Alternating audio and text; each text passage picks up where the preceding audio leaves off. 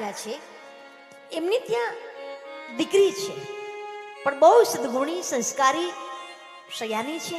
એટલે દીકરી સદગુણી સંસ્કારી છે ને કન્યા, એટલે એનું નામ જ સુકન્યા છે. હા, દીકરી સદગુણી સંસ્કારી હોય તેને સુકન્યા કહેવાય, દીકરો સદગુણી સંસ્કારી હોય તેને સુવર ન કહેવાય. હા, એ સદગુણી છે, સંસ્કારી છે. અને એ દીકરી એકવાર બાપના સાથમાં જંગલમાં શિકાર કરવા માટે ગઈ છે. હવે શિકાર કરવા માટે કોણ જાય? જેને યુદ્ધ કલા આવડતી હોય તે. એટલે આ દીકરીને આ બધા જ પ્રકારની ટ્રેનિંગ આપવામાં આવી છે. માત્ર શાસ્ત્રોનું જ જ્ઞાન નહીં, શસ્ત્ર વિદ્યા પણ એને શીખવવામાં આવી છે.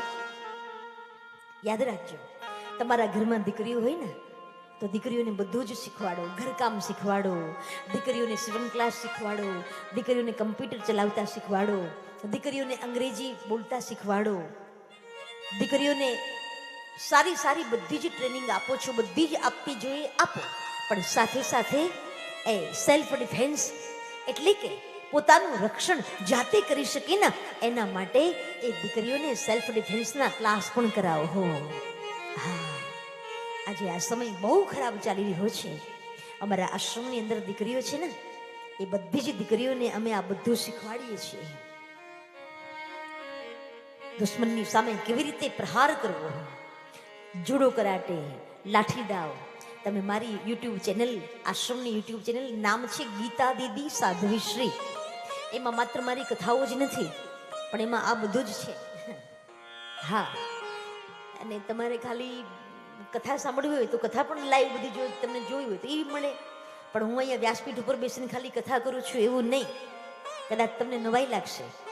મારા આશ્રમની અંદર કોઈ ડ્રાઈવર અવેલેબલ ન હોય, કોઈ ગાંધીનગર ગયું હોય, કોઈ માણસા ગયું હોય, અને ત્યારે કદાચ સ્કૂલમાંથી ફોન આવે કે આજે દીકરીઓ વહેલા છૂટી જાય છે, અને ત્યારે એકબીજાને ફોન કરું, પણ કદાચ કોઈ ન હોય ત્યારે ભલે અહીંયા વ્યાસપીઠ ઉપર ખાલી આમ કરતાલ જ વગાડું છું એમ નહીં, આ હાથમાં સ્ટેરિંગ પકડીને મારી બસ લઈને મારી દીકરીઓને સ્કૂલેથી લઈ આવું છું પણ ખરા.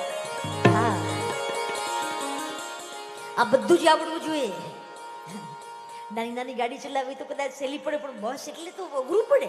એને પાછી લેવી પડે, આગળ લેવી પડે, મોટો ટર્ન લેવો પડે, કેટલી બધી અઘરું વસ્તુ છે. પણ અમે ક્યાંય કોઈ ટ્રેનિંગમાં ગયા નથી. આ કથા કરું છું એની મેં કોઈ ટ્રેનિંગ નથી લીધી, નથી મેં કોઈ સંગીતની ટ્રેનિંગ લીધી, નથી મેં કોઈ સંસ્કૃતની ટ્રેનિંગ લીધી, નથી મેં કોઈ ઇંગ્લિશની ટ્રેનિંગ લીધી. આ બધું જ જે કંઈ છે ને, ગુરુ કૃપા હિ કેવલમ, ભગવાનના આશીર્વાદ, મારા સદગુરુના આશીર્વાદ. પણ એવી જ રીતે લાઠી દાવ, હા, એ પણ હું મારી દીકરીઓને જાતે શીખવાડું છું. ખાલી લાકડી ફેરવવી કેમ એમ નહીં, એ કેવી રીતે ફાઇટ આપવી એ પણ હું મારી દીકરીઓને શીખવાડું છું. તલવાર દાવ પણ મારી દીકરીઓને શીખવાડું છું. Computer class, judo, karate, spoken English, આ બધું જ અમે બાળકોને શીખવાડીએ છીએ.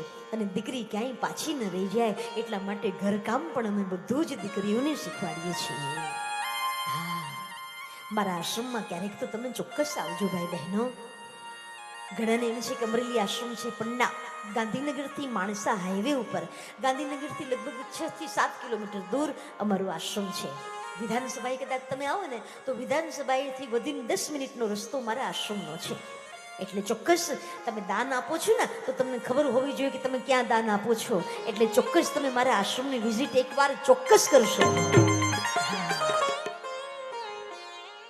આશ્રમમાં દીકરીઓ છે, અને મને કહેવા દો, દીકરીને તમે આ બધું શીખવાડશો ને, એ જાણે ઝાંસીની રાણી લક્ષ્મીબાઈ હોય ને એવું તમને દર્શન થશે. હા, દીકરી તો દીકરી છે.